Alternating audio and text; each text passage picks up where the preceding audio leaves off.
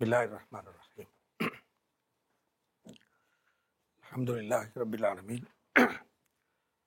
ஸலாத்து வஸ்ஸலாமு அலா சய்யிதில் முர்ஸலீன் வ அலா ஆலிஹி வ ஸஹ்பிஹி வஸல்லம்.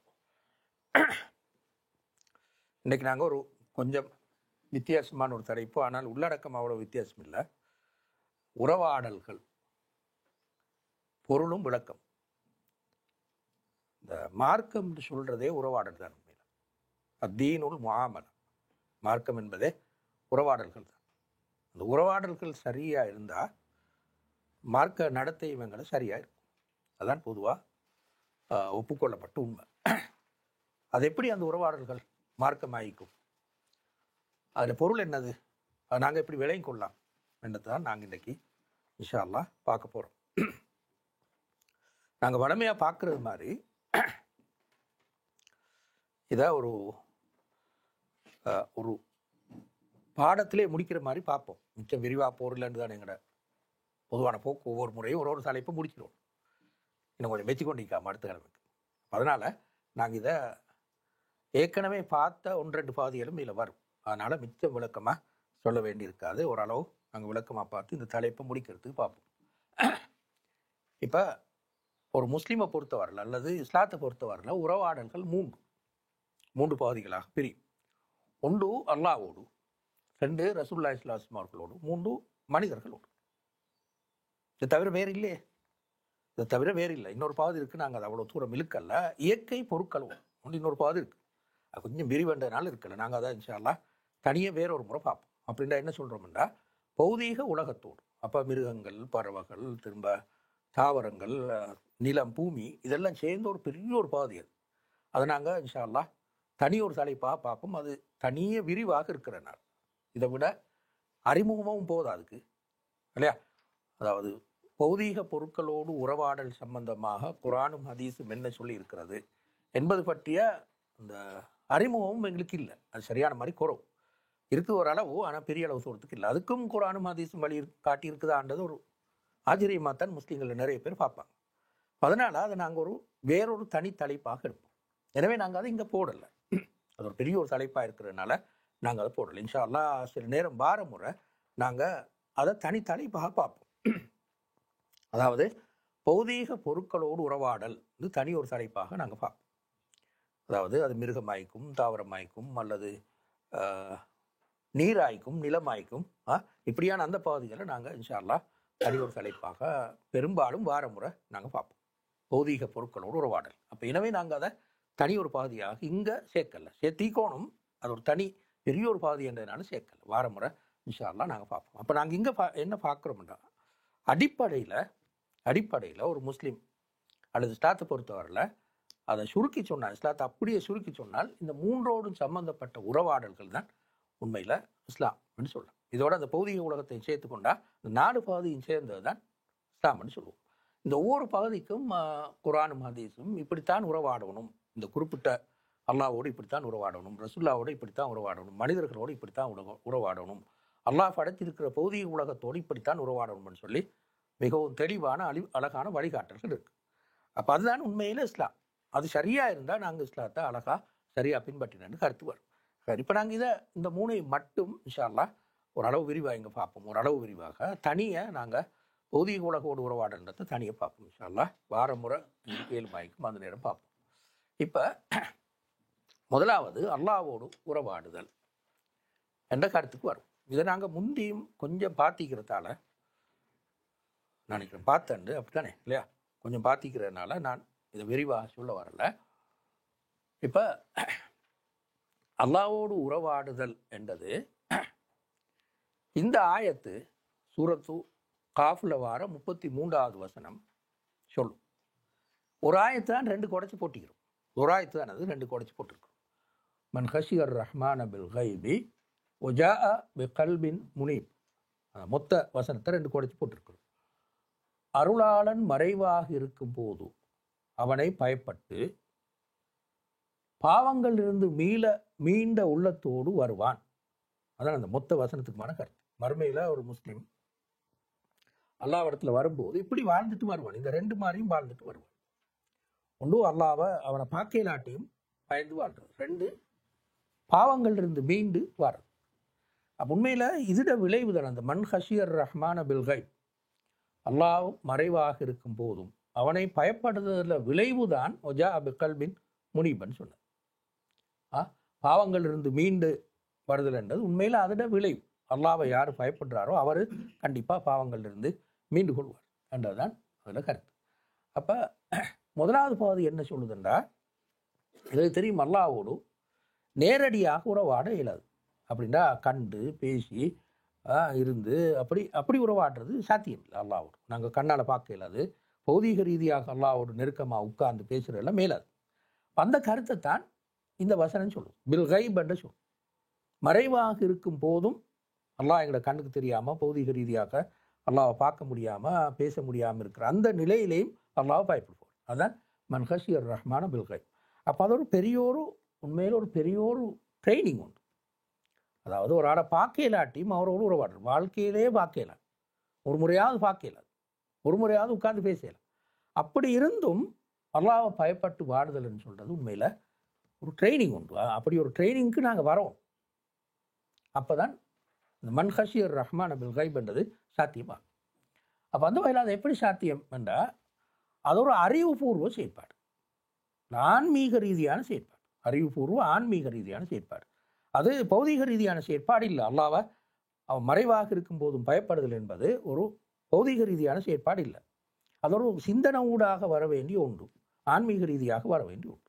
அப்போ எனவே கற்றல், சிந்தித்தல், நினைவு கூறல், இது மூணின் ஊடாகத்தான் அதை சாத்தியப்படுத்தலாம். அப்படி வழங்குதா? அதாவது இந்த உலகத்துக்கு ஒரு கடவுள் இருக்கிறான், அது கற்று அறிதல். முதலாவது படித்து விலகி கொள்வது. எங்கெங்கெல்லாம் அது சம்பந்தமான புத்தகங்களுக்கோ அதெல்லாம் வாசித்து ஆழமாக சரியாக பிடிச்சி கொள்வது. அல்லாஹ் ஒருவன் இந்த உலகத்துக்கு இருக்கிறான் தான் என்ற உறுதிக்கு முதலாவது பாரு, அந்த கட்டத்தை முதலாவது பூர்ணப்படுத்துறது. வேறு வழி இல்லை. அதான் நான் சொல்கிறேன். உதாரணமாக இந்த பௌதீக ரீதியாக அல்லாஹ் காணல் பண்ணா விஷயம் சரி சிம்பிள்.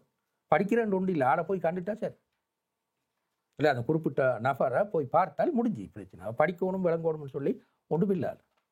அப்போ எனவே கற்றல் தான் முதலாவது கட்டம். அதில் நாங்கள் மிக சரியாக அதை செஞ்சுருக்கோம். பாரம்பரியமாக அந்த அல்லாஹ் பற்றி நம்பிக்கை இல்லாமல் நாங்களாக படித்து விளங்கியிருக்கோம். அதுதான் முதலாவது கட்டம்.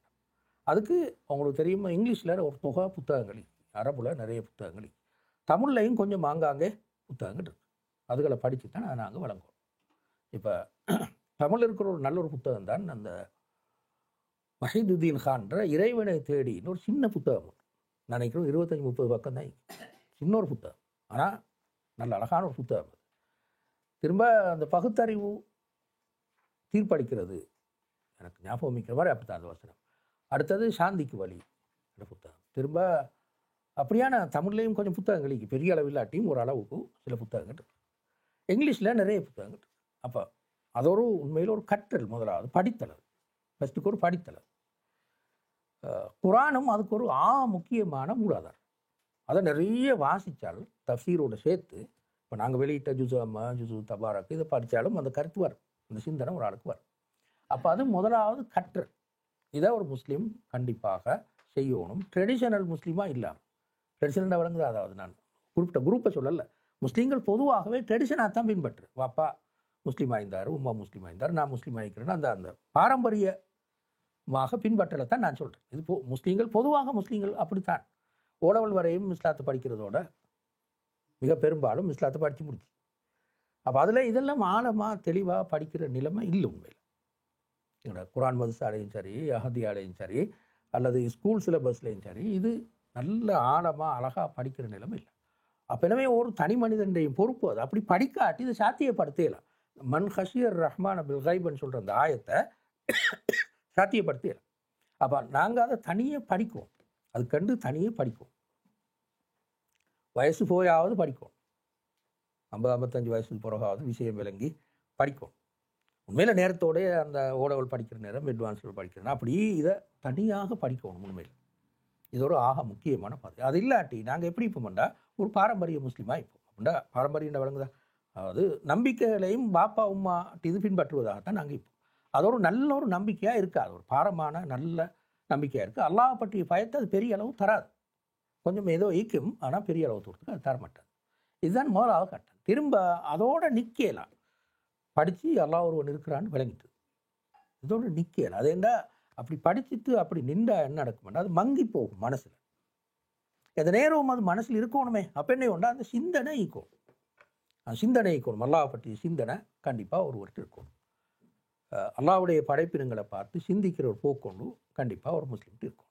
அதுதானே குர்ஆன் உங்களுக்கு தெரியும், பண்ண நிறைய இடங்களில் அந்த அல்லாஹ்வை பற்றி அத்தாட்சிகளை சொல்லி போட்டு அந்த கருத்தை முடிக்கும் வரும்போது, இன்னஃபீ ஸாலிக ஆயாத்தில் லிக்கௌமின் யத்தஃபக்கரூன், சிந்திப்பவர்களுக்கு அதில் பல அத்தாட்சிகள் சான்றுகள் இருக்கின்றன என்று குர்ஆனில் நிறைய இடங்களில் வரும். சூரத்து ராதில், சூரத்து நஹ்லில், இன்னும் பல இடங்களில் அந்த அந்த கருத்து வரும். அவங்களுக்கு தெரியும், பல முறை சொன்ன ஒரு ஆயத்து தான் சூரத்து ஆல இம்ரானில் கடைசி துண்டு இல்லையா, அல்லதீன யذ்குரூன அல்லாஹ கியாமன் வ குஊதன் வ அலா ஜுனூபிஹிம் வ யத்தஃபக்கரூன ஃபீ ஹல்கி ஸமாவாத்தி வல் அர்த், அவர்கள் இருந்து கொண்டும் நின்று கொண்டும் படுத்து கொண்டும் அல்லாஹ்வை நினைவு கூறுவார்கள், வானங்கள் பூமியின் படைப்புகள் பற்றி சிந்திப்பார்கள் என்று வரும். அப்போ சிந்தனை குர்ஆன் கடுமையாக வலியுறுத்துகின்ற ஒரு பகுதி. திக்ருகளில் ஆக உயர்ந்த திக்ரு அதுதான். திக்ருலே ஆக உயர்ந்த திக்ரு அந்த சிந்தனை என்ற திக்ரு தான். அது ஒரு ஆக முக்கியமான பகுதி. திரும்ப திக்ரு அப்படின்றா இப்போ நாங்கள் வளமையாக சொல்கிற திக்ருகளை உயிரோட்டமாக சொல்கிறது. இப்போ நாங்கள் ஆக குறைஞ்ச என்ன செய்வோம்னா தொழுகைகளுக்கு பிறகாக திக்ரு செய்வோம். மற்ற நேரங்களில் டைம் கிடைக்கல அல்லது செய்யல பொடுபோக்கு அப்படி இப்படி இருந்தாலும் தொழுகை ஒவ்வொரு 5 நேர தொழுகையை முடிஞ்சோடனே அந்த திக்ரில் ஈடுபடுவோம் இல்லையா. அந்த திக்ரில் நாங்கள் ஈடுபடுவோம். அது சுப்ஹானல்லாஹ், அல்ஹம்துலில்லாஹ், அல்லாஹு அக்பர், இது 33 முறை திக்ரு செய்வோம். அதை உயிரோட்டமாக செய்கிறது. குறைஞ்சது அந்த இடத்துலையாவது இருக்கிறேன். அந்த ஒவ்வொரு சொல்லுக்கும் என்ன பொருள் கண்டு என்ன விளக்கம் கண்டு உயிரோட்டமாக அதை செய்கிறது. அதுதான் திக்ரு. அது அல்லாத சந்தர்ப்பங்கள்லேயும் அந்த திக்ரில் ஈடுபடையலுமாக இருந்தால் இன்னும் கொஞ்சம் நல்லா இருக்கும். உதாரணமாக தாஜுத் நேர தொழுகை 1 ரக்காத்து, நான் முந்தைய உங்களுக்கு சொல்லிக்கிறேன் 3 ரக்காத்து தொழுதாலும், அல்லது தொழாமல் உதாரணமாக வச்சு கொடுங்களேன், நீங்கள் இப்போ 4:50க்கு சுபஹ் தொழுகை பாங்கு இல்லையா, நீங்கள் எழுப்பிடுவீங்க 4:30க்கு, அப்போ டைம் போதா தானே உழுவலம் செஞ்சுட்டு வாரத்துக்கு தொட டைம் போதும், ஒரு 4-5 நிமிஷம் மிச்சம் நிற்கும் பாங்கு சொல்லுது. அப்போ அந்த நேரத்தில் திக்ரு செஞ்சு விட்டு அந்த திக்ரும் கியாமுல் லைல் ஒரு பகுதி என்று நாங்கள் முந்தி இப்போ சொல்ல தேவையில்லை, முந்தி பார்த்திக்கிறேன்னு நினைக்கிறேன், ஞாபகம் இல்லை, பார்த்திக்கிறோம். அப்போ திக்ரு செஞ்சாலும் குர்ஆன் ஓதினாலும் தொழுதாலும் இதெல்லாம் கியாமுல் லைல் ஒரு பகுதி. அப்புறமே கொஞ்சம் தான் டைம் வைக்கிட்டு அல்லது ஒரு 2 மணிக்கு எழுப்பினீங்க, 2 மணிலேருந்து 4 சொச்சம் வரை நின்று வழங்குற அளவுக்கு நாங்கள் தகுதி இல்லையே. அப்போ ஒரு திக்ரு ஒன்று செய்கிறேன்.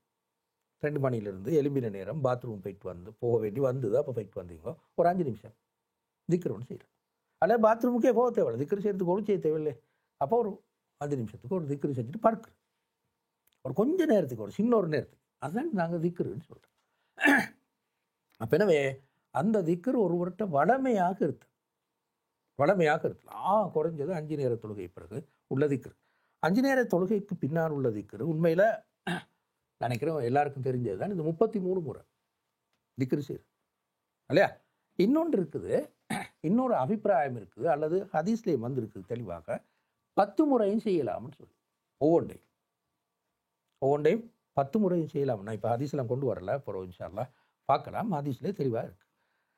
அப்போ 10 முறையாவது திக்ரு செய்யுது தொழுகை பிறகு. நான் சொல்கிறேன் 5 நேரம் தொழுகை பிறகு 10 முறையாக ஒன்று 10 முறை அதாவது திக்ரு செய்யுது. இன்னொரு அபிப்பிராயம் இருக்குது 11 முறை 33 ஆகிறது, ஒன்று 11 ஆனால் இன்னொரு அபிப்பிராயம் இருக்குது. அப்போ ஒரு கடும் பிஸின்னு வைங்களேன், தொழுதோடனே எழுப்பிட்டு ஓட வேண்டிய தேவை வேண்டி, அப்போ 10 முறை திக்ரு செய்கிற கொஞ்சம் நேரம் தானே போவோம், அப்படி செஞ்சுட்டு போகிறோம். அப்போ இந்த மாதிரி அந்த திக்ர் என்றது இன்னொரு மிகப்பெரிய ஒரு பகுதி. அப்போ ஒருவர் இந்த 3ஐயும் சேர்த்து கொண்டு வந்தால், முதலாவது கற்றல், உண்மையில் அதை அந்த கற்றலை முடிக்கிறது இல்லை ஒரு நாளும். இப்போ எங்கள்கிட்ட இருக்கணும் அல்லாஹ் ஒருவன் இருக்கிறாண்டு விளங்கப்படுத்தக்கூடிய புத்தகங்கள் ஒரு செட் ஒன்று இருக்கணும், தேடி வாங்கி வச்சுருக்கணும். அதான் இடைக்கடை வாய்ச்சி வர, அல்லது புதிய புத்தகம் எங்கேயாவது கிடச்சா அதை எடுத்து வாய்ச்சி வர. அப்போ பசுமையாக மனசு லீக்கும், திரும்ப சிந்தனைக்கு வர, திரும்ப நினைவு கூறலுக்கு வர. இதெல்லாம் சரியாக இருந்தால் அவர் இந்த மன் ஹஷியர் ரஹ்மான் பில் கைப் என்ற பாதிக்கு வருவார்.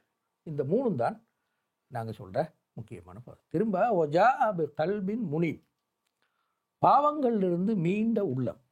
இந்த அனாப என்ற சொல்லிட்டு அது முனீப், அனாபனா மீண்டு வருதுன்னு கருத்து. இப்போ என்ன இதில் குர்ஆன் இங்கே என்ன சொல்ல வருதுண்டா, இந்த உங்களுக்கு தெரியும் இந்த தௌபாண்டா நாங்கள் முந்தையும் பார்த்துருக்குறோம். இது தாப என்ற சொல்லிருந்து வந்தது. தாபன்னா மீண்டு வாரன்னு கருத்து. அதே சொல்லத்தான் குர்ஆன் இங்கே அனாப என்று பாய்ச்சது. அனாபன்னு சொல்கிற இஸ்முல் ஃபாயில் தான் முனீப். அனாபண்டா மீண்டு வந்தான் என்று பொருள். இப்போ என்ன மீண்டு வந்தான்னு சொல்ல பாவிக்கிறதுக்கு காரணம் என்ன? ஒரு பாவம் செய்யும்போது அல்லாஹ் அவர்கிட்ட தூரமாகிறார். அது எப்படி பாவமாக இருந்தாலும், சின்ன பாவமோ பெரிய பாவமோ என்ன பாவமாக இருந்தாலும் அவர் அல்லாஹ் அவர்கிட்ட தூரமாகிறார். அப்போ என்ன செய்யணும்டா? கட்டாயம் அவர் தௌபாக்கு வரணும். அப்போ திரும்பி வந்துடுவார். படையெடுத்துக்கு அல்லாஹ்வோடு ஏற்கனவே இருந்த அந்த தொடர்பு இல்லாமல் போகும் அல்லது கொஞ்சம் தூரமாகும் பாவம் செய்யறதால். அப்போ திருப்பி அந்த அல்லாஹ்விடத்தில் வரணுமாக இருந்தால் அவர் இஸ்திக்ஃபார் செய்யணும் அல்லது தௌபா செய்யணும். அப்போ கீழே வந்துடுவார்.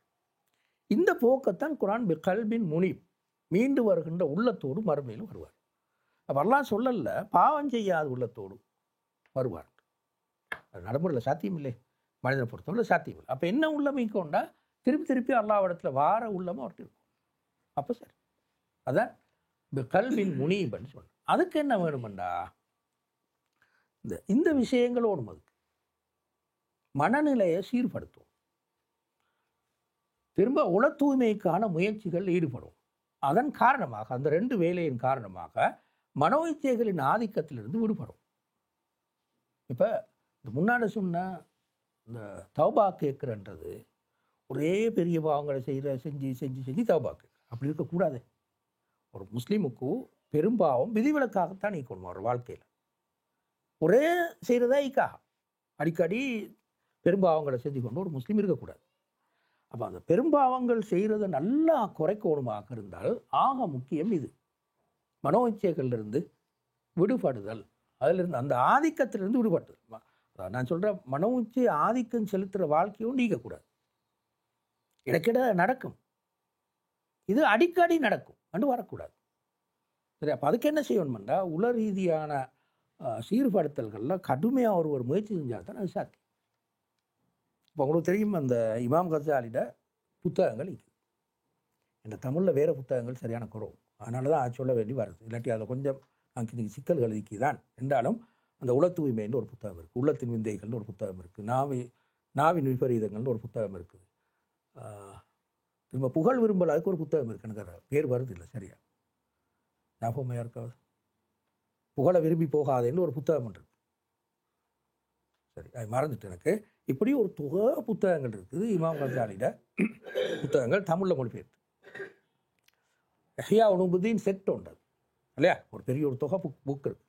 அந்த புத்தகங்களை வாசிக்கிறேன். அதில் ஒரே ஒரு கவனத்தோடு வாசிச்சா சரி. ஏன்னா அது வார ஹதீஸ்களை பெருசாக நம்ப தேவையில்லை, கொஞ்சம் குழப்பமாയിരിக்கும், சிலது சரியாயிருக்கும், சிலது தைஃபாயிருக்கும், அப்படி இருக்கும். தமிழில் செஞ்ச மொழிபெயர்ப்பில் செஞ்ச ஒரு பெரிய ஒரு பிழை தான் அரபுல என்ன செஞ்சுக்கிறாங்கன்னா, இஹ்யா உலுமுத்தீனில் வார ஹதீஸ் எல்லாம் அதை தரத்தை கீழே எழுதிக்கிறேன், தைஃபா சஹீஹான்னு கீழே எழுதிக்கிறேன். அதையும் சேர்த்து மொழிபெயர்த்திருந்தால் நல்ல அழகாக இருந்திக்கும். ஆனால் அப்படி இல்லை தமிழில். இப்போ நாங்கள் தான் கொஞ்சம் கவனமாக இருக்கோம், வேறு ஒன்றும் இல்லை. ஆனால் பெரும்பாலான ஹதீஸ்கள் தைஃபா ஐந்தாலும் கருத்து பிழையாக இருக்காது.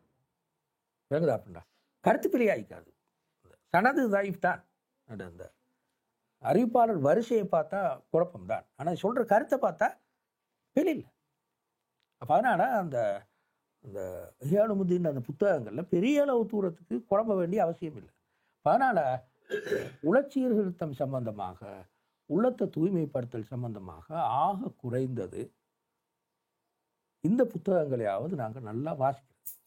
வேறு ஏதாவது தமிழில் எனக்கு ஞாபகம் வருது இல்லை, தமிழில் புத்தகங்கள் இதை இன்னும் புத்தகங்களை வாசிக்கிறேன். அது அரபிக்கில் பெரிய ஒரு தொகை இருக்குது, இங்கிலீஷ்லேயும் எனக்கு அவ்வளோ தூரம் தெரியா, இங்கிலீஷ்லேயும் கொஞ்சம் இருக்கும். இந்த பகுதி அடுத்த ஆக முக்கியமான பகுதி. இதை செய்யாட்டி திரும்ப அதுவும் பாதிக்கப்படும்.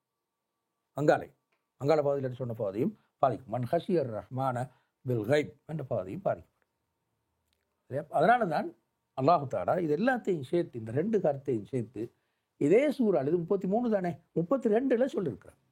ஹாதாமா தூ அதூன. இதுக்கு முன்னாடி இருக்கிற ஆயத்துகள் என்னென்னா அந்த மர்மையில் சொர்க்கம் கிடைக்கிறத பற்றி சொல்கிற ஆயத்துகள்.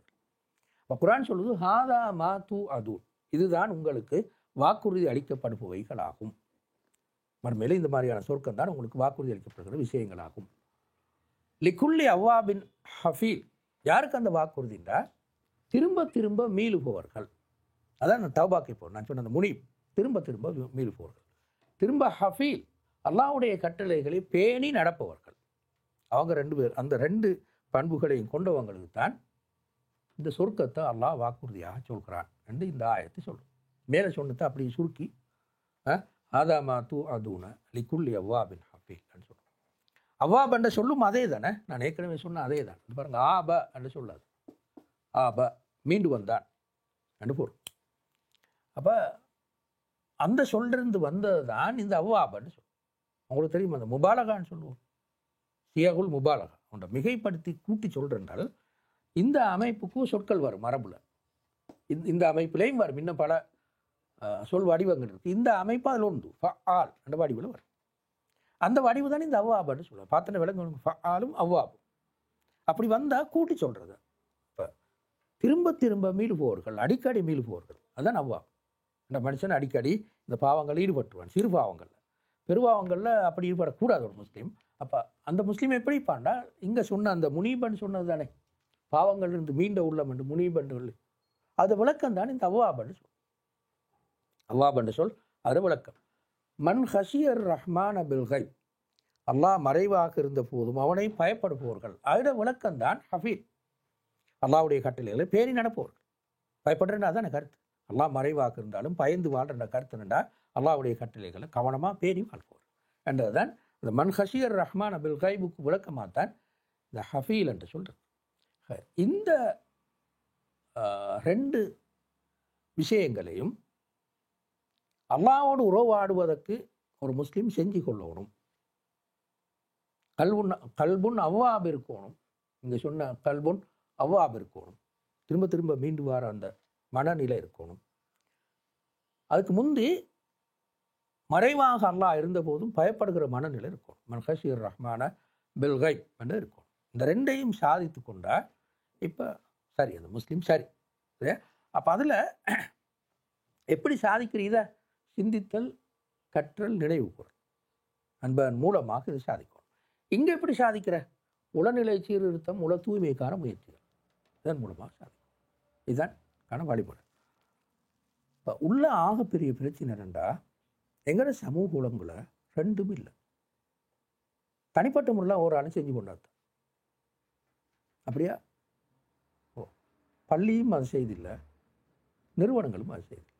இந்த 2 இதுக்கு அழுத்தம் கொடுத்து அதை வந்துட்டு போகும். சும்மா அந்த அல்லாஹ் பயப்படணுன்னெல்லாம் பயானெல்லாம் போகும். ஆனால் ஒரு வேலை திட்டமாக இல்லை. உதாரணமாக ஒரு பள்ளியில் ஒரு லைப்ரரி ஒன்று வச்சு இந்த இது சம்மந்தமான புத்தகங்களை திரட்டி, அதோட இது சம்மந்தமான புத்தகங்களை திரட்டி மக்களை வாசிக்க தூண்டி, இருக்கிற ஹசரத் அந்த பாய்ஸோட ஒரு 10-15 பாய்ஸோட அந்த புத்தகமெல்லாம் கொடுத்து வாசிங்கன்னு சொல்லி ஒரு டிஸ்கஷன் ஒன்று செஞ்சு சொல்ல வேலைங்கண்ணா, அப்போ தான் சாத்தியம். இது கட்டாயம் இருக்கும்.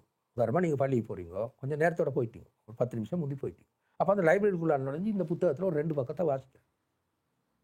திரும்ப பள்ளி முடிஞ்சு தொழுகை முடிஞ்சு வெளில வாரீங்க, டைம் இருக்குது, இன்னும் கொஞ்சம் இருக்கலாம், இஷாவு போகிறவன்னு வச்சுக்கொள்வோமே, கொஞ்சம் இருக்கலாம். அப்போ அறாவருக்கு இருந்து இதில் வாசிட்டு வர. எங்கேயாலும் ஒரு பள்ளி லைப்ரரி அப்படிங்க உங்களோட பள்ளியில் ரெஸ்ட் போர்டில் நீக்கிறீங்க இல்லை, ஒரு இடத்துலையும் இல்லை. இதுதான் பிரச்சனை. இக்கா இந்த புத்தகங்களை பார்த்தீங்களா? இக்குதானே லைப்ரரி இந்த புத்தகங்கள் இருக்கிறான்றது 2 இந்த வேலை திட்டம் இருக்கிறான். இப்படித்தானே மக்களை தூண்டாட்டி சரி வராது. லைப்ரரி போங்கோ, இந்த மாதிரி புக்குகளுக்கு முக்கியத்துவம் இதான், நீங்கள் இதை வாசிங்கன்னு சொல்லணும். திரும்ப அசரத்தும் அதிலும் அந்த லைப்ரரி கூட்டிகிட்டு போகணும். ஒரு 10 பேர், யாருக்கு டைமிங், அவர் அசர தொழுதுக்கு பிறகு கேட்கணும். இது பாருங்கள், யாருக்கு டைமிங் இருக்குது, ஒரு 5 பேருக்கு டைமிங் அவங்களுக்கு, வாங்கலே லைப்ரரி போவோம், இந்த மாதிரி புத்தகங்களுக்கு வாசித்து வரணும்னு சொல்லணும். அவர் இஷாவு பிறகு சொல்லணும், சுபகு பிறகு சொல்லணும், 5 நேரம் சொல்லணும். சொல்கிறேன்னா அதான் சிக்கல். இதுதான் ஆக நல்ல வழிமுறை. பள்ளியில் செய்கிறது தான் ஆக நல்ல வழிமுறை. சரி, இல்லைன்னு வைங்களேன். அப்போ எங்கே 2வது குடும்பத்தில் ஒவ்வொரு வீட்லேயும் இந்த புத்தகங்கள் சேர்ந்து லைப்ரரி ஒன்று வைக்கிறேன். இப்போ வைஃபை வாசிக்க வைக்கிற, பிள்ளைகளை வாசிக்க வைக்கிற, ஒரு டிஸ்கஷன் ஒன்று செய்கிறவங்க எல்லாரும் சேர்ந்து அப்படி வரும். அது கொஞ்சம் கஷ்டமான வேலை அப்படித்தானே, எந்தாலும் செய்ய பார்க்குறேன். 3வது ஸ்கூலில் இயல்பாக லைப்ரரி இருக்கும் நான் நினைக்கிறேன், அதிகமான ஸ்கூலில். அப்போ அந்த ஸ்கூலில் இஸ்லாம் பாட டீச்சர் இருக்கிறேன். இஸ்லாம் பாட டீச்சர் இல்லாட்டி அடுத்த டீச்சருக்கு தெரியும் தானே, முஸ்லீம் தானே, அப்போ அவங்கள்ட்ட இந்த புத்தகங்கள் இருக்கு. அதே ஸ்கூல் பிரின்சிபலும் அந்த இஸ்லாம் பாட டீச்சரும் இவங்க எல்லாரும் இதை சொல்கிறேன், திருப்பி சொல்கிறேன், வாங்க லைப்ரரி போகும். லைப்ரரி பாடம்டே சின்னத்துக்கு ஸ்கூல்கள் இருக்கும். அப்போ அந்த இடத்தையும் கூட்டிகிட்டு போய்ட்டு அவங்களுக்கு படிக்க செய்யும். இப்படியான ஒழுங்குகள் வந்தால் தான் இந்த ஆயத்தை சொல்கிற ரெண்டையும் சாதிக்கலும், மீளும் பாவங்களிலிருந்து மீண்டு வரும் உள்ளத்தையும் சாதிக்கலும், மறைவாக இருந்த போதும் அல்லாவை பயப்படுதல் என்றை சாதிக்கலும். இப்போ இல்லாட்டி ஒன்றுமே இல்லை, பள்ளியும் அப்படி, குடும்பமும் அப்படி, ஸ்கூலும் அப்படி. அப்போ என்ன செய்யுது? யானப்சி என்ன காரன்னு சொல்லி போட்டு தனித்தனியாக இது செய்கிற. குடும்பத்திலையும் சரி செஞ்சு பார்த்தாரு, சக்ஸஸ் ஆகுதில்லை. பள்ளியோட இயலாதே தெரியும் தானே, பள்ளியோட கஷ்டம். சரி, அதையும் வைத்து நானாலும் சொந்தமாக நானாக இதை செய்வோம். எல்லா மறுபடியும் யாரெல்லாம் நான் பழவினேன், ஏதோ என்னால் ஏண்டதை செஞ்சேன், குடும்பத்தில் பார்த்தேன் சரி வரல, பள்ளியில் பார்த்தேன் சரி வரல, ஸ்கூலில் பார்த்தேன் சரி வரல, நானாக இதெல்லாம் செஞ்சுட்டு வந்திக்கிறேன். அல்லா ஓரளவு ஆள் கூட எக்ஸ்கியூஷன் கொடுப்பார். ஏதோ செஞ்சார் தானே, பார்த்தாரு தானே. ஒரு மாதிரி லைப்ரரி உதாரணமாக நீங்கள் ரெஸ்டி போர்டில் சொல்லி பார்த்தீங்க, சொல்லி பார்த்தோம் என்ன சரியா சொல்லி பார்த்தீங்க சரி வரல, காட்சி பார்த்தீங்க சரி வரல, லைப்ரரி போடுறதுக்கே எதிர்ப்பு. அப்போ நீ என்ன செய்ய இல்லையா?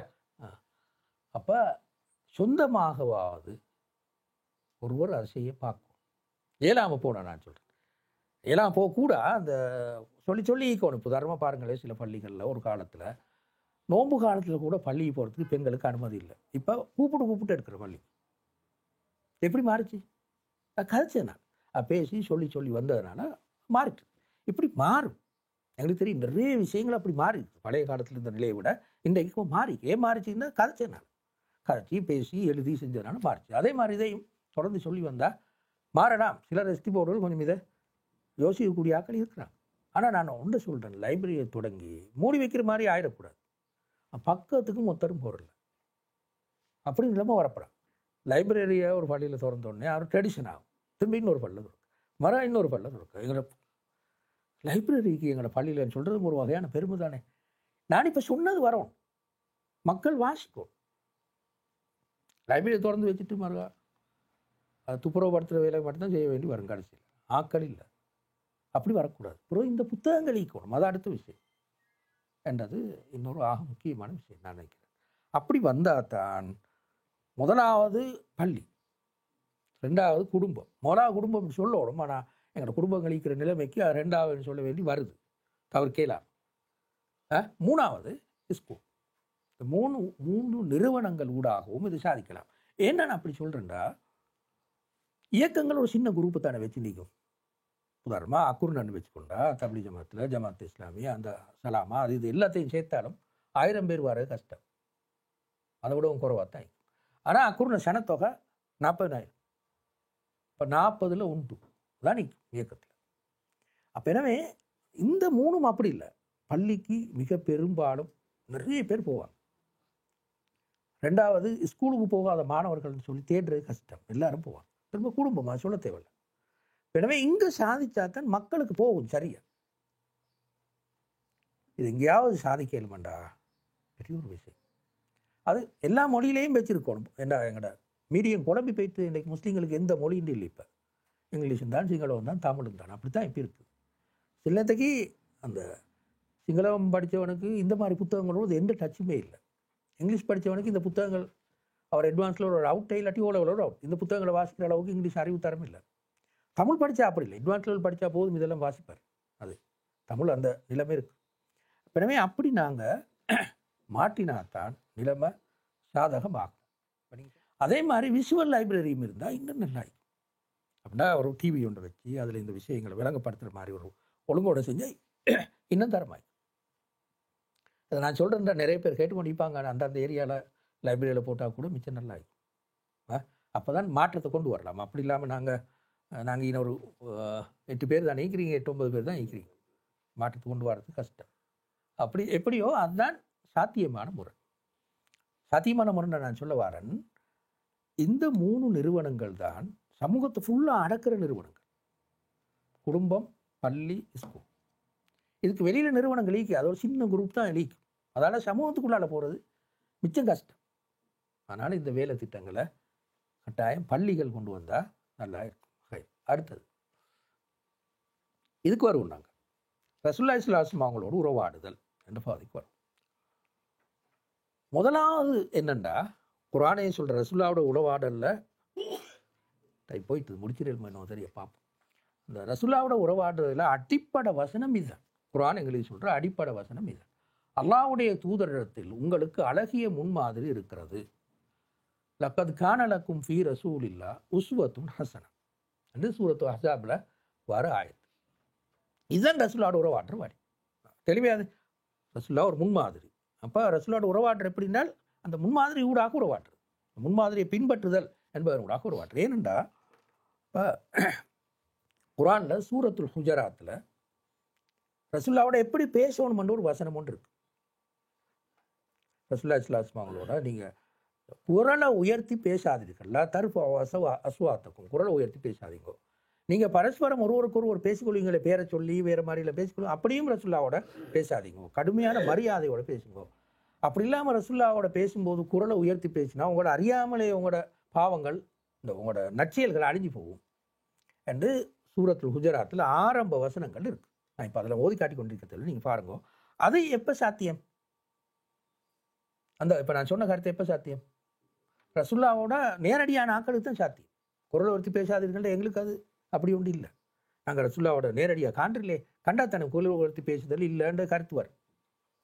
ஒருவர் அழைக்கிறது போல ரசூலுல்லாவை அழைக்காதீர்கள், எங்களுக்கு இல்லாது உண்மையில் அப்படித்தானே. எங்களுக்கு என்ன இதுதானே ரசூலுல்லாஹ் ஒரு முன்மாதிரி. அந்த முன்மாதிரியை பின்பற்றுதல் தான் ரசூலுல்லாவோட உறவாற்ற முறை.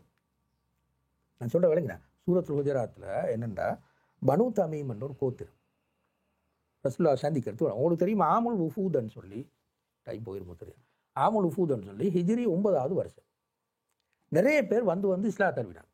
ஒரு குறிப்பிட்ட கோத்திரம் அவங்க ஒரு 10 பேர் 20 பேர் 50 பேர் அனுப்பிடுவாங்க. நீங்கள் போய் ரசூலுல்லாஹ் சந்தித்து நாங்களும் இஸ்லாம் தருவினு சொல்லிட்டு வாங்க. அப்போ அந்த குரூப் வரும். அதான் ஆமுல் உஃபூதன்னு சொல்கிறேன். 70 சொச்சம் அப்படி குரூப்புகள் வந்தது மக்கா வெற்றியின் பிறகு ஹிஜ்ரி 9வது வருஷம். அப்படி வந்த ஒரு குரூப் தான் இந்த பனு தமீம் என்ற கோத்திரம். அப்போ உங்களுக்கு தெரியும் ரசூலுல்லாஹி ஸல்லல்லாஹு அலைஹி வஸல்லம் பள்ளியோடு சேர்ந்து தான் ரசூலுல்லாஹ்வுடைய வீடு இருந்தது ஹுஜராத் இல்லையா, ரூம்கள். 9 மனைவிமாருக்கும் 9 ரூம்கள் இருக்குது. அதான் ரசூலுல்லாஹ்வுடைய வீடு. அப்போ இவங்க வார நேரம் ரசூலுல்லாஹ் தூங்கி கொண்டு இருந்தாங்க. இவங்க வந்து தூங்கும் வரையும் காத்திக்கணுமே, இவங்க கத்தினாங்க, யா முஹம்மத் இதான் கத்தினாங்க. யார் ரசூலுல்லாஹும் இல்லை, முகமதே வெளியில் வாங்கன்னு சத்தம் போட்டாங்க. அப்போ தான் இந்த ஆயத்தை இறங்கி.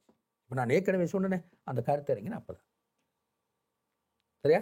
அப்போ அது அந்த நடைமுறையில் அது என்னென்றால் அந்த ரசூலுல்லாஹ்வோடு பௌதீக ரீதியாக உறவாடுதல் தான் அது அந்த காலத்தில் ரசூலுல்லாஹ் உயிரோடு இருக்கிற காலத்தில்.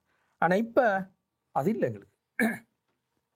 ரசூலுல்லாஹ் காணவோ பேசவோ நேரடியாக எங்களுக்கு இல்லை, பௌதீக ரீதியான உறவாடல் இல்லை. அப்போ அது என்னென்றால் இப்போ உஸ்வத்துன் ஹஸனா, சிறந்த முன்மாதிரி, அழகிய முன்மாதிரின்றது தான் இப்போ சாத்தியம். எனவே ரசூலுல்லாவோட உறவாடுறது இந்த பாது. அப்போ அந்த வகையில் ரசூலுல்லாஹ் எங்களுக்கு என்ன விட்டுட்டு போய்க்கிறாங்கன்றதை நாங்கள் இப்போ பார்க்கோம். அந்த உஸ்வத்துன் ஹஸனா என்ன ரசூலுல்லாஹ் விட்டு போய்க்கிறாங்கன்றதை நாங்கள் பார்க்கணும். ரசூலுல்லாஹ் 3 விஷயங்களை விட்டுட்டு போய்க்கிறாங்க. ஒன்று அறிவு பகுதி. அப்படித்தானே ரசூலுல்லாஹ்வுடைய நிறைய ஹதீஸ்கள் இருக்குது, ஆயிரக்கணக்கான ஹதீஸ்கள் இருக்குது. அது வாய் சொல்லாக சொன்னதும் இருக்குது, நடத்தையாக உள்ளதும் இருக்குது அந்த ஹதீஸ்கள். அது ஒரு பாது. அதை நாங்கள் விளங்கணும், படிக்கணும், விளங்கணும். அதில் உபதேசங்கள், சட்ட வரையறைகள், போதனைகள் நிறைய இருக்குது. உதாரணமாக இறை தூதரும் கல்வியும்னு ஒரு புக் இருக்குது, நீங்கள் பார்த்துருப்பீங்க, ரசூல் ஒலைல்மன்னு சொல்லி. அதில் ஃபுல்லாக என்ன இருக்குன்னா ரசூலுல்லாஹ் அறிவு பகுதியில் நடந்து கொண்டதை எப்படி சொன்னது என்னது அந்த ஒரு பெரிய ஒரு பகுதி இருக்குது. அது 1000க்கு மேலே அதில் ஹதீஸ்கள் இருக்குது. அது எப்படி, அதுதான் நான் சொல்கிற அறிவு பகுதி. அதை பார்க்குறது, விளங்குறது, ரசூலுல்லாஹ் என்ன சொன்னான்னு விளங்கிக் கொள்ள முனைகிறது, இதுதான் நாங்கள் சொல்கிற அறிவு பகுதி.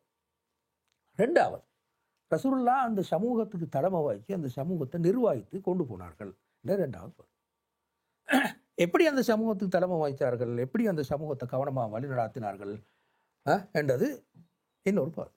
உதாரணமாக பள்ளியை தலைமையாக கொண்டு, மதீனாவில் இருந்த பள்ளியை தலைமையாக கொண்டு ரசூலுல்லாஹ் ஒரு பெரிய ஒரு நிர்வாக ஒழுங்கு கொண்ட கட்டி எழுப்பி கொண்டு போனார். நான் அதை ஃபுல்லாக விளங்கப்படுத்துறதுக்கு வரல, அது ஒரு பகுதி. 3வது பகுதி என்னென்னா அல்லாஹ்வோடு ரசூலுல்லாஹ் என்ன மனநிலையை கொண்டிருந்தாங்க, அது 3வது பகுதி. இந்த 3ம் தான் ரசூலுல்லாஹ் ஸல்லல்லாஹு அலைஹி வஸல்லம் விட்டுட்டு போனது. இப்போ ரசூலுல்லாஹ்வோடு உறவாடுதல் சொன்னால் இந்த மூண்டையும் படித்து விளங்கி அதனூடாக ரசூல்லாவை பின்பற்றுறது.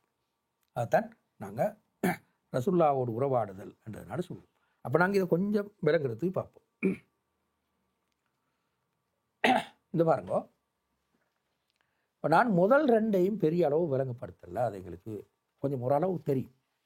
அறிவு ரீதியாக ரசூலுல்லா என்ன விட்டுட்டு போனாங்கன்னு சொல்கிறது ஆங்காங்கே கொஞ்சம் தெரியும். இப்போ ரசூலுல்லா தொழுகையில் என்ன சொல்கிறது, தொழுகை, நோன்பு, ஹஜ்ஜி, ஜக்காத், திரும்ப குடும்ப உறவு, இதுகள் சம்பந்தமான அறிவு பகுதி ஒன்றிய ரசூலுல்லா சொன்ன உபதேசங்கள், சட்ட வரையறைகள் ஒரு பெரிய உறுப்பு. அது ஆங்காங்கே கொஞ்சம் எங்களுக்கு தெரியும். அதனால் நான் அதை பெரிய அளவு இருக்கல. அதே மாதிரி சமூகத்தை வழிநடாத்துதல் என்ற பகுதியை நான் இழுக்கல்ல. ஏன்னா நாங்கள் சிறுபான்மைக்கு தனியைத்தான் அதை பார்ப்போம். ரசூலுல்லாஹி ஸல்லல்லாஹு அலைஹி வஸல்லம் மதீனாவை வச்சு மிக பெரும்பாலும் மதீனால முஸ்லீம்கள் தான் சரி கூட அப்போ ஒரு பெரிய ஒரு தலைமையாக இருந்து கொண்டு போனாங்க. ஆனால் நாங்கள் சிறுபான்மை, எனவே கொஞ்சம் வேறுபட்டு தான் நாங்கள் யோசிக்கணும். எனவே நான் அதையும் இங்கே இழுக்கல. ரசூலுல்லாவுக்கும் அல்லாஹ்வோடு இருந்த தொடர்பு என்னது, ஹாலத்துஹு மா அல்லாஹ், அல்லாஹ்வோடு அவர்கிட்ட இருந்த மனநிலை என்னது என்று ரெண்டாவது ஆக முக்கியமான பகுதி. அதில் 2 ஹதீஸ்கள் தான் எங்களுக்கு அடிப்படை.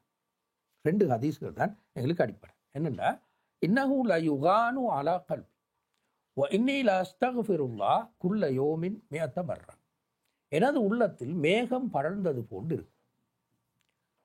நான் ஒரு நாளைக்கு 100 முறைகள் பாவ மன்னிப்பு கேட்கிறேன். மேகம் படர்ந்தது போன்று என்ன, லேசாக அல்லாஹ்வை மறக்கிற மாதிரி தான் சொல்ல வர்றது. இப்போ சூரியன் கதிரை மேகம் அப்படி படர்ந்தால் கொஞ்சம் குறையும், சூரிய கதிர் பூமிக்கு விழுற குறையும். அந்த உதாரணத்தான் ரசூலுல்லாஹ் இங்கே சொன்னேன். அல்லாஹ்வோடு இருக்கிற அந்த நேரடியான தொடர்பை அறுக்கிற மாதிரி கொஞ்சம் உள்ளத்தில் வரும். எனவே நான் என்ன செய்வேன்னால் 100 முறை அதுக்காக பாவ மன்னிப்பு கேட்பேன். அது எப்படி அது? இப்போ ரசூலுல்லாஹ் சாப்பிடணுமே, குடிக்கணும், தூங்கணும், 1க்கு 2 போகணும், மனைவிமாரோடு உறவாடணும், பிள்ளைகளோடு உறவாடணும். எந்த நேரத்துக்கு என்ன நடக்கும்? கொஞ்சம் அங்காறு தானே. சாப்பிடும்போதும் அல்லாவே தொட்டந்து நினைவு வச்சு கொண்டிருப்பது, 1க்கு 2 போகிற நேரம் அதெல்லாம் சாத்தியம். அப்போ கொஞ்சம் கொஞ்சம் சிக்கலாகும் அந்த இடங்கள், கொஞ்சம் அது பாவமா?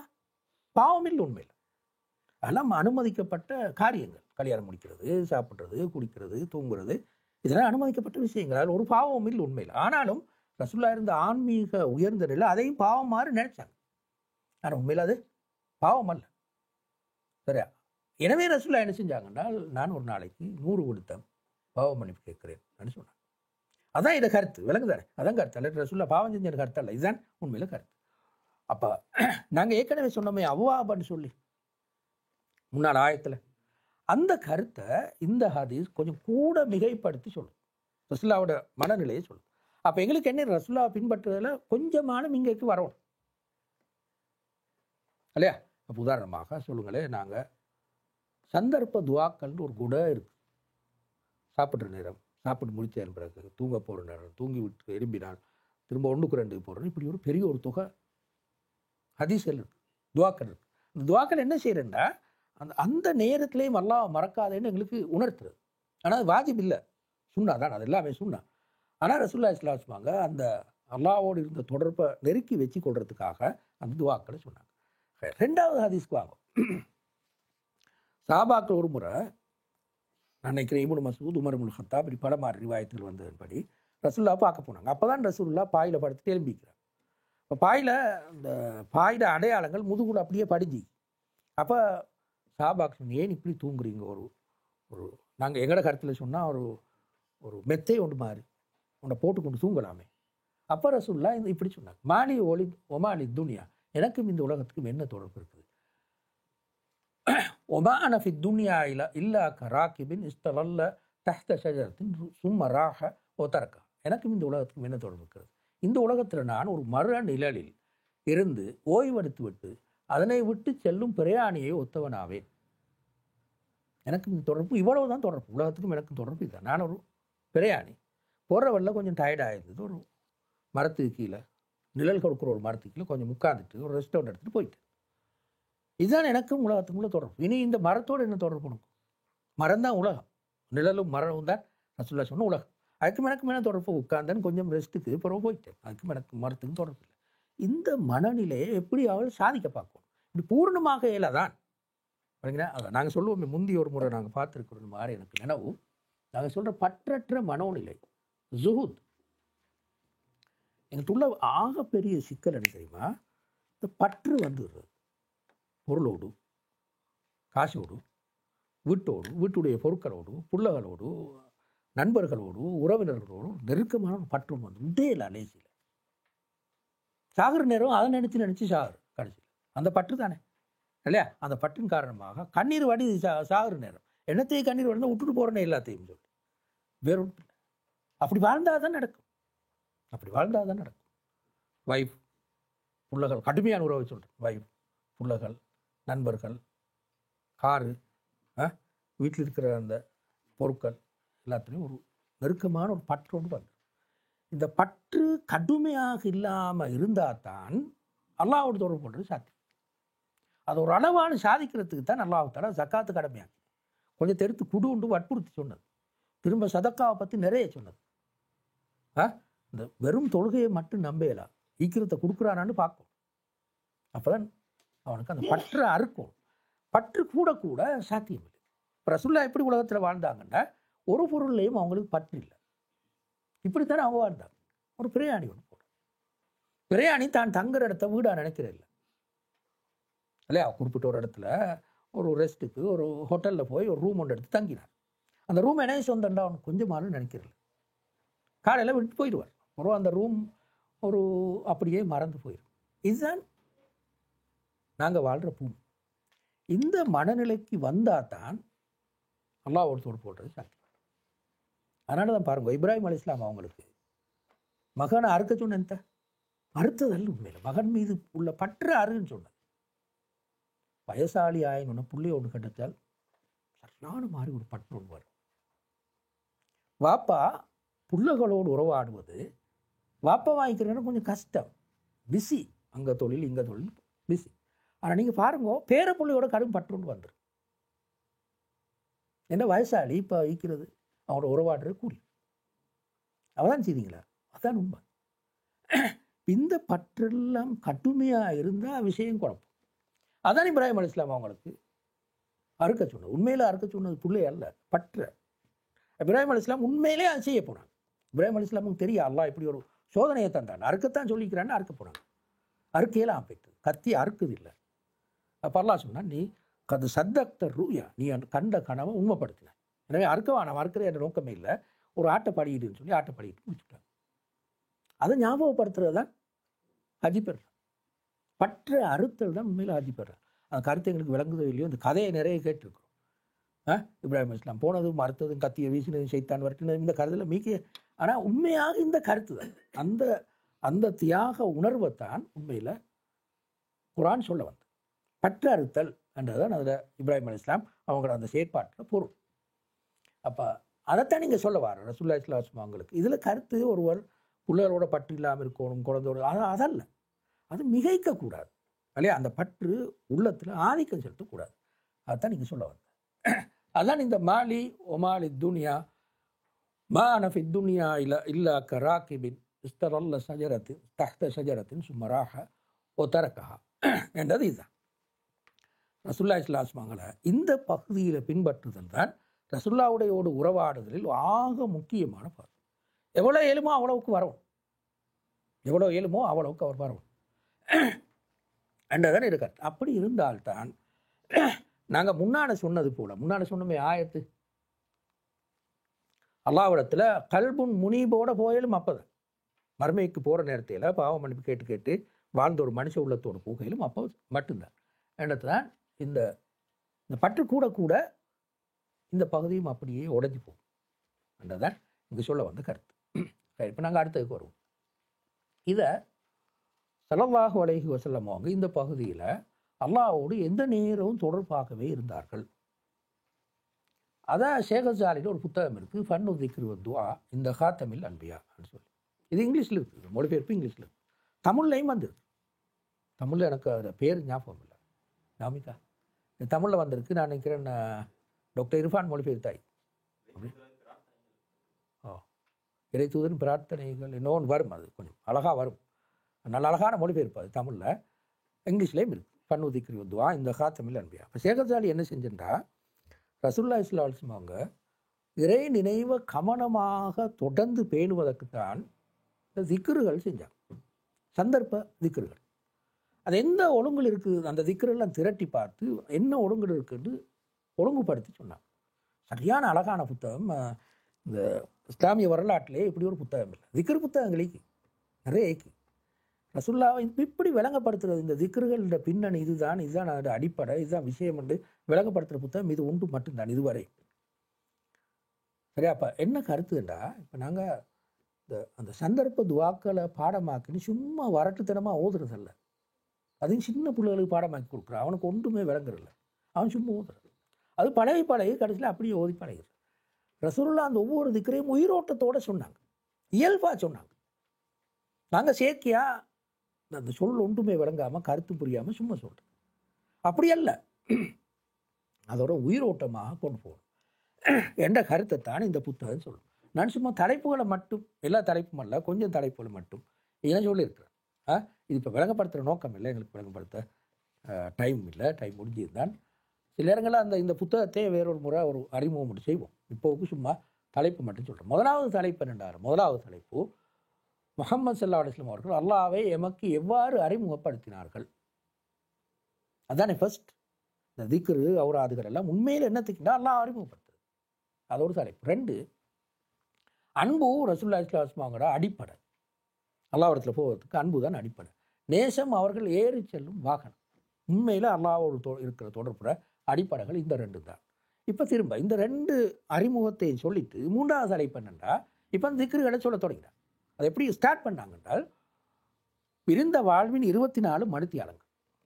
ரசூலுல்லாஹ்வுடைய அந்த பெரிய நீண்ட வாழ்வில் ஒரு நாளைக்குள்ளே 24 மணித்தியாலங்களுக்கு தானே, அதில் எப்படி இருந்தாங்க ரசூலுல்லாஹ் என்று சொல்கிறது. திரும்ப உணவு பானத்தின் பிறகான நெகிழ வைக்கும் துவாக்கள். சாப்பிட்டா குடித்தா ரசூலுல்லாஹ் ஓதின துவாக்கள் உள்ளத்தை நெகிழ வைக்கிற அழகான துவாக்கள் கண்டு அதை வழங்கப்படுத்தின. அது ஒரு தனி அத்தியாயம். திரும்ப நுபுவத்தின் அமர்வுகள். இப்போ நாங்கள் டிஸ்கஷனுக்கு உட்காருவோமே, சில நேரங்களோ 5 பேர் 10 பேர் 3 பேர்னு உட்கார்ந்து பேசிக்கொண்டு இப்போ என்னென்னவாகும். இது ரசூலுல்லாஹ்வுடைய அமர்வு எப்படி இருந்து உட்கார்ந்து கதைக்கிறது இயல்பு மனுஷன். அதை எப்படி உயிரோட்டமாக அல்லாஹ்வோடு தொடர்பட்டதாக எப்படி அமைச்சு கொள்ளலாம். மஜாலிசு நுபுவா, அதான் நுபுவத்தின் அமர்வுகள். வெள்ளை இரவு, வெள்ளை ரவுண்டை வழங்குதா, சோப்பு ரவுண்டு ஒன்று இருக்குது, அதில் எதிர்த்து சொல்லிட்டேன். குடிச்சு ஆடி குத்தாடி போனால் அது சிவப்பு இரவு.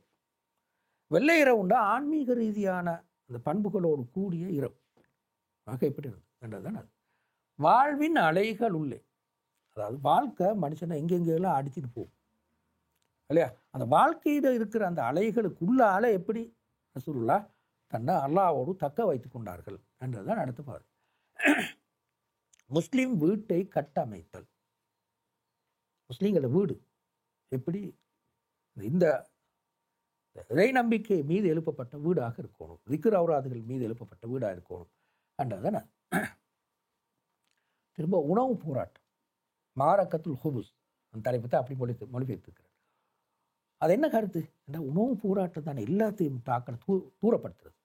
சாப்பிட்றதுக்கு, குடிக்கிறதுக்கு, வாழ்கிறதுக்கு, இதுக்கு தானே கடையாக ஓடி சம்பாரித்து இந்த நோம்பும் இல்லை, இல்லத்துக்கு பெருநாளும் இல்லை, இப்படி வாழ்ந்துட்டே போயிரு.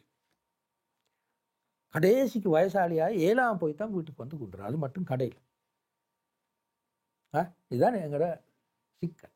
அப்போ அந்த உணவு போராட்டம் எப்படி ஒரு மனிதனை அல்லாஹ் விட்டு தூரமாக்க இருந்து எப்படி தப்பிக்கொள்ளலாம் என்றதுதான். இதெல்லாம் என்ன ஈக்கும் என்றால் திக்ரு அவுராது தான் ஈக்கும். அதான் என்ன விசேஷம். இது பெரிய விளக்கமாக நான் சொல்கிறேன். அதாவது அந்த இப்போ நான் சொன்ன மாதிரி உணவு போராட்டம்டா என்னது, அதை எப்படி ஈக்கணும், அதை ஹலாலா ஹராமா, அதான் இங்கே சொல்ல வர ஷேக் கசாலி அதை சொல்ல வரல. எப்படி திக்ருகளும் அவுராதுகளும் இதை செய்து என்றுதான் சொல்ல வர. திரும்ப பிரயாணத்திலும் மீள வருதலிலும். பிரயாணம் முஸ்லீம்களோட வாழ்க்கையில், பொதுவாக மனுஷன் வாழ்க்கையில் மிச்சம் இயல்பானது இல்லையா. அப்போ அந்த பிரயாணத்தில் போனாலும் வீட்டு விட்டு தூரமாகற, திரும்பி மீள வாரது இன்னொரு பாடு. இந்த நேரத்தில் எப்படி உங்களுக்கு தெரியும், 2 மணித்தியால பிரயாணம், 5 மணித்தியால பிரயாணம், 7-8 மணித்தியால பிரயாணம், சின்ன அரை மணித்தியாலம் 1 மணித்தியால பிரயாணம், நிறைய பிரயாணங்கள் எங்களுக்கு இருக்குது. அப்போ எப்படி அந்த பிரயாணத்தை ஒருவர் மிச்சம் அழகாக வைத்துக் கொள்ளணும், இறைத்தோடு போகிறது. கடைசிக்கு மதாயிபுல் ஹயா, வாழ்க்கையின் துன்பங்களும் கஷ்டங்கள். இது மனுஷன் இயல்பாக எல்லார வாழ்க்கையிலையும் அடிக்கடி இதை சந்திக்க வேண்டி வரும். அதை எப்படி சந்திக்கணும் எடுத்துப்பார். இப்போ இந்த தலைப்பு மட்டுமில்லை, இன்னும் 2-3 தலைப்புக்கு நான் மில்கல்ல. மெயினாக இந்த தலைப்புக்குள்ளால ஸல்லல்லாஹு அலைஹி வஸல்லம் அவங்க எப்படி உறவாடினார்கள் இந்த விஷயங்களோடு. இப்போ இப்போ நாங்களும் எப்படி அதை அந்த மாதிரி ரசூலுல்லாஹ் பின்பற்றி உரையாடுறோம் என்று சொன்னது தான் இந்த புத்தகம். இன்ஷா அல்லாஹ் நாங்கள் வேறொரு சந்தர்ப்பம் ஒன்று கிடைச்சா இந்த புத்தகத்துக்கு ஒரு அறிமுகம் ஒன்று சொல்லுவோம். அப்போ கொஞ்சம் அழகாக 2 தலைப்பு வந்துட்டு, இப்போ முந்தையும் ஒரு தலைப்பு சொன்னேன், இப்போவும் ஒரு தலைப்பு சொன்னேன். இன்ஷா அல்லாஹ் இப்போ அடுத்த பாதைகளுக்கு வரும். ஆனால் டைம் முடிஞ்சு மனிதர்களோடு உறவாடுதல் நான் தொடங்கி வைக்கிறேன்னா அது பிறகு இன்ஷா அல்லாஹ் வார முறை கொஞ்ச நேரம் தான் போகும், ஒரு அரை மணி நேரம் போகும். அடுத்த முறைக்கு இதை செஞ்சுட்டு இன்னொரு தலைப்பையும் சேர்த்துக் கொள்வோம். இதோட மனிதர்களோடு உறவாடுதல் 2, 1 முஸ்லீம்கள், 2 முஸ்லீம் அல்லாதவர்கள் இல்லையா. மனிதர்கள் இந்த 2 குரூப் மீக்கதே உள்ள எங்கே இருந்தாலும், அது பெரும்பான்மை முஸ்லீம் சமூகத்தில் இருந்தாலும் சிறுபான்மை முஸ்லீம் சமூகத்தில் இருந்தாலும் இந்த 2ம் இருக்கும். சிறுபான்மை சமூகத்தில் இது மிச்சம் கூட, சரியான கூட. எனவே அது எப்படி இருக்க வேணும் என்றதுதான் இந்த நாங்கள் அடுத்து பார்க்குற தலைப்பு. இன்ஷா அல்லாஹ் நாங்கள் இதை வார கிழமைக்கு அடுத்த கிழமை இன்ஷா அல்லாஹ் இதையும் பார்த்து இன்னொரு தலைப்பையும் சேர்த்துக்கொள்ளும். என்ன தலைப்புண்டா அந்த பௌதீக உலகோடு உறவாடுதல். அப்போ இதில் தொடராய்க்குமே அதையும் நாங்கள் இன்ஷா அல்லாஹ் பார்த்து வார முடிவு பார்ப்போம். வாக்கு தவறா. அல்ஹம்துலில்லாஹி ரப்பில் ஆலமீன்.